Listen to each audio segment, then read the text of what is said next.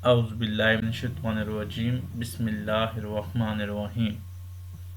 السلام علیکم فرینڈز، آج کا جو ہمارا ٹاپک آف ڈسکشن ہے وہ ہے پاکستان افیئر کا 2025 میں آیا ہوا question number 6، critically evaluate the impact of Bhutto nationalization policy on the economy of Pakistan, کہ پاکستان کی اکانومی پر بھٹو کے نیشنلائزیشن کے کیا امپیکٹس ہوئے، اس کو کریٹیکلی ایویلویٹ کرنا ہے۔ تو اس کے کویشچن کا جو پراپر آنسر آپ کو ملے گا وہ ہے content of the video, out line of the lecture question. تو اس میں ہم انشاءاللہ سب سے پہلے آپ آنسر میں ڈیفینیشنز بتائیں گے کہ نیشنلائزیشن کیا ہے۔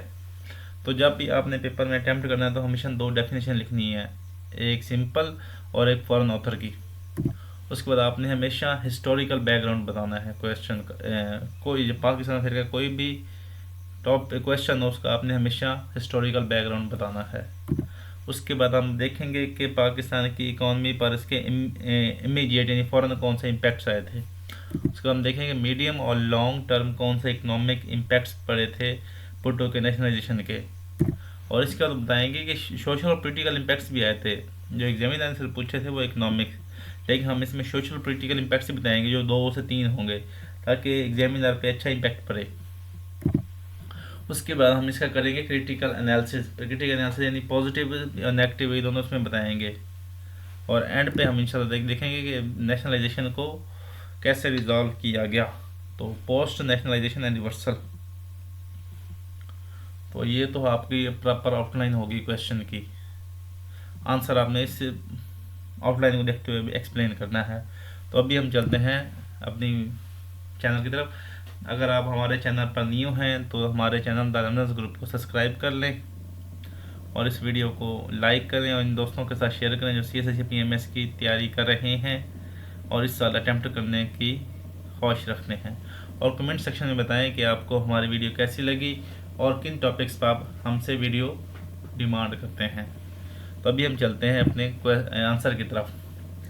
سب سے پہلے ہے ڈیفینیشن۔ جب بھی آپ نے کوئی ایسی ٹرم آئے تو آپ نے سب سے پہلے اس کی ڈیفینیشن لکھنی ہے۔ پہلی ڈیفینیشن سمپل آپ نے لکھنی ہے، simple definition of nationalization. Nationalization is the process by which a government takes ownership and control of the private industries, assets or services to manage them in public interest and for economic or social welfare۔ یہ تو ہوگی آپ کی simple definition. تو exam میں جب بھی آپ نے لکھنی ہے تو ہمیشہ 2 ڈیفینیشن لکھنی ہے تاکہ ایگزامینر آپ سے امپریس ہو سکے۔ پہلے ایک سمپل ڈیفینیشن جو عام بندہ بھی سمجھ سکے، اس کے بعد آپ نے کسی فورن آتھر کی دینی ہے۔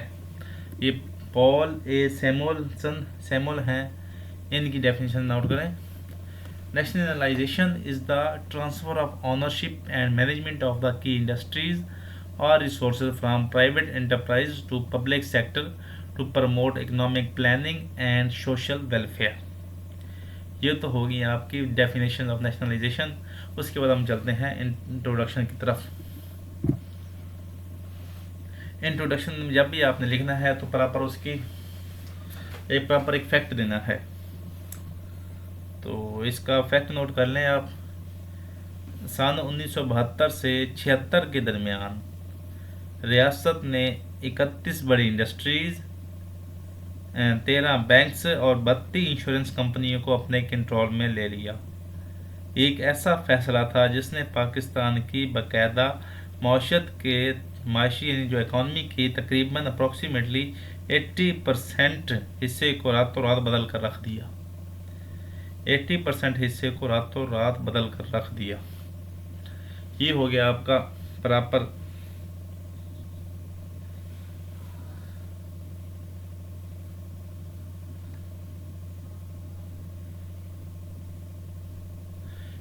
کوٹیشن ہوگی، اس کو آپ نے دوبارہ نوٹ لکھ لیں تاکہ یہ آپ کے لیے آسانی رہے گی۔ تو سب سے پہلے ہم ڈسکس کرتے ہیں انٹروڈکشن۔ تو پہلا ہے scope, major industries and banks nationalize. Bhutto دور کی نیشنلائزیشن پالیسی کا دائرہ انتہائی وسیع تھا۔ اس کے تحت پاکستان کی بڑی انڈسٹریز، بینکس اور کئی مالیاتی ادارے ریاست کے کنٹرول میں لائے گئے۔